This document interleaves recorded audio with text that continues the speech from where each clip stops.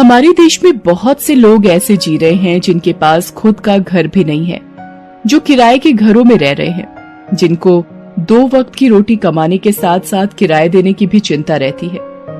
यूं तो हमारा देश डिजिटल इंडिया बन गया है, लेकिन हमारे देश के गरीबों के लिए एक वक्त का खाना जुटाना भी मुश्किल हो गया है। इस लॉकडाउन ने उन लोगों को मानसिक और आर्थिक रूप से बुरी तरह से झकझोर कर रख दिया है। लोगों का काम लगभग खत्म ही हो चुका है। ये कहानी एक गरीब मजदूर की है जिसका नाम नरेंद्र है। वो अपने परिवार को लेकर गांव से शहर आ जाता है और किराए के मकान पर रहने लगता है। वो एक चाय की दुकान पर काम करके अपना घर चलाता है। चाय के काम को शाम तक खत्म करके सब्जी की रेहड़ी लगाया करता था। इसके अलावा भी उसे जो भी काम मिलता था वो कर लेता था, फिर चाहे वो शादियों में वेटर का काम हो या किसी के घर के सामान को एक जगह से दूसरी जगह पहुंचाने का काम। बड़ी मुश्किल से वो अपना घर चला पाता था। एक दिन जब रोज की तरह वो चाय की दुकान पर जाने लगा, तब उसे पूरी सड़क पर सारी दुकानें बंद दिखाई देती हैं। सड़क पर कोई गाड़ी भी नहीं थी, दूर दूर तक कोई भी नजर नहीं आ रहा था। नरेंद्र थोड़े आगे जाकर देखता है तो अचानक पीछे से एक आवाज आती है, कहाँ घूम रहा है? वो घबराकर जैसे ही पीछे देखता है, उसे एक पुलिस वाला दिखता है। कहाँ घूम रहा है? साहब, मैं तो अपनी चाय की दुकान पर आया था, लेकिन यहाँ तो सब बंद है। तेरा दिमाग खराब है क्या? जब सड़क पर कोई नहीं है फिर तो क्यों घूम रहा है? अरे साहब, लेकिन आज कोई इलेक्शन है क्या जो सब बंद पड़ा है? अरे गवार, तुझे पता नहीं है क्या? सरकार ने देश भर में लॉकडाउन लगा रखा है, जिसकी वजह से पूरा देश बंद है। घर चला जा, नहीं तो अंदर बंद कर दूंगा। अरे साहब, मुझे तो यही नहीं पता कि ये लॉकडाउन क्या होता है। अरे मूर्ख, कौन सी दुनिया में है तू? यहाँ कोरोना नाम की बीमारी फैली है। अगर घर से बाहर निकला तो तू भी बीमार हो जाएगा। चल निकल यहाँ से और सीधे अपने घर चला जा। अब नरेंद्र ये सोचते हुए घर जा रहा होता है कि अब वो घर कैसे चलाएगा। अरे क्या हुआ, इतनी जल्दी कैसे आ गए आप? सुनो, कोई नई बीमारी आई है जिसकी वजह से देश में लोगों की मौत बहुत तेजी से हो रही है, इसलिए कोई बाहर सड़कों पर नहीं जा सकता। सरकार ने सब कुछ बंद कर रखा।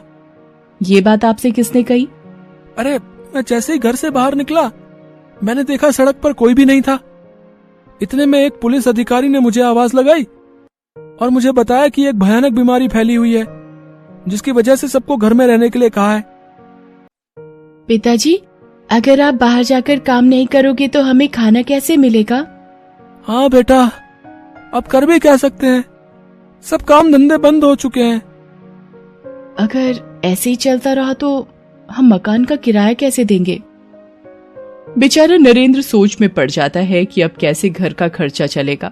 पता नहीं ये लॉकडाउन कब खत्म होगा। नरेंद्र अपने बच्चों को समझाता है कि किसी को भी घर से बाहर नहीं निकलना है। जो भी सामान चाहिए मैं तुम्हें लाकर दूंगा। 2 दिन बाद, सुनो, घर में खाने के लिए सब कुछ खत्म हो गया है। कोई बात नहीं, मेरी अलमारी में कुछ पैसे रखे हैं, उनसे सामान ले आता हूँ। लेकिन फिर हम मकान का किराया कैसे देंगे? उसके लिए मैं कोशिश करता हूँ, अभी घर का कुछ सामान ले आता हूँ। नरेंद्र घर का सामान लेने चला जाता है। जब वो रास्ते पर जा रहा होता है तब उसे कुछ दूरी पर ही एक लंबी लाइन दिखाई देती है, जिसमें लोग कुछ दूरी बनाकर और हाथ में थैले लेकर खड़े होते हैं।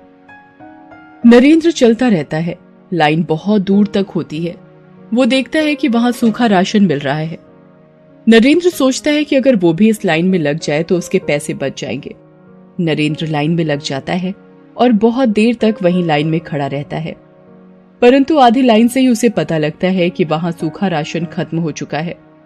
नरेंद्र बेचारा दुखी और मायूस होकर वहां से आगे चलने लगता है और सड़क पर जाते हुए पुलिस वाला फिर उसे रोक लेता है।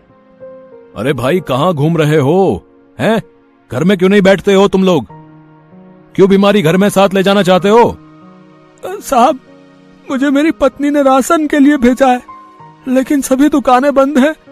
अब बताइए मैं क्या करूं? कहां से लेकर आऊं राशन? मेरे बच्चे 2 दिन से ठीक से खाना ना मिलने की वजह से परेशान हैं। मुझे लगता है कि ये बीमारी हमें मारेगी या नहीं, लेकिन इस भूख से हम जरूर मर जाएंगे। मैं अपने परिवार को ऐसे मरते हुए नहीं देख सकता साहब। इससे अच्छा तो आप मुझे और मेरे परिवार को जेल में ही डाल दो। कम से कम हमें वहाँ 2 वक्त का खाना तो मिलेगा। अरे ये क्या बकवास कर रहे हो? क्या तुमको पता नहीं है कि लॉकडाउन के चलते सरकार ने गरीबों के खाते में 500-500 रुपए जमा करने की घोषणा भी की है। साहब मेरा कोई खाता नहीं है साहब, मैं तो खुद एक किराए के मकान में रहता हूँ। 2 वक्त की रोटी बहुत मुश्किल से अपने परिवार को खिला पाता हूँ साहब, खाता कहाँ से खुलवाऊंगा? नरेंद्र जैसे लोगों के जीवन में बैंक खाता या सरकारी दस्तावेज का होना सपनों जैसी बात थी। सरकार की कोई घोषणा या योजना इनसे काफी दूर थी। पुलिस वाले को नरेंद्र पर दया आ जाती है। वो नरेंद्र को एक गोदाम में ले जाता है। वहां से पुलिस वाला नरेंद्र को राशन का कुछ सामान निकलवा कर दे देता है। नरेंद्र हाथ जोड़कर बोलता है, साहब आपका बहुत बहुत धन्यवाद। कहाँ रहते हो तुम? साहब मैं यही पास ही किराए के मकान में रहता हूँ। चलो मैं तुम्हें छोड़ देता हूँ, नहीं तो फिर से तुमको कोई पुलिस वाला पकड़ लेगा। जब पुलिस वाला नरेंद्र को उसके घर छोड़ने जा रहा होता है तो रास्ते में एक आदमी उन्हें रोकता है। अरे लॉकडाउन में तुम रोड पे क्या कर रहे हो? सर नमस्कार, मैं खुद एक सेवा समिति से जुड़ा हुआ हूँ। आप मुझे बताइए कि कहाँ कहाँ खाना पहुँचाना है। आप कोरोना से लोगों की जान बचाइए और हम लोगों को भूखा मरने से बचाएंगे। आखिरकार ये लड़ाई हम सबकी है। भाई साहब क्या मैं आपके साथ खाना लेने चल सकता हूँ? मेरे घर के आसपास कई परिवार भूख से मर रहे हैं। हाँ हाँ क्यों नहीं, चलो आओ मेरे साथ। पुलिस वाला नरेंद्र को संस्था के आदमी के साथ भेज देता है। अब नरेंद्र अपने आस पड़ोस के परिवार के लिए भी खाना लाकर देता है, फिर अपने घर चला जाता है। देखो मैं हम सबके लिए खाना लाया हूँ और कुछ घर का राशन भी मुझे एक पुलिस वाले ने दे दिया है। नरेंद्र के बच्चे बहुत खुश हो जाते हैं और पूरा परिवार साथ बैठकर खाना खाता है। पिताजी आपको ये खाना कहाँ से मिला? ये खाना मुझे एक सेवा समिति के द्वारा मिला है बेटा। कल से मैं भी उसी संस्था के साथ सेवा करने के लिए जाऊंगा और जरूरतमंद लोगों को भूख से मरने से बचाऊंगा। लॉकडाउन सबके लिए एक जैसा नहीं है। इस बुरे वक्त में हमें एक दूसरे की मजबूरी को समझकर एक दूसरे का साथ देना चाहिए।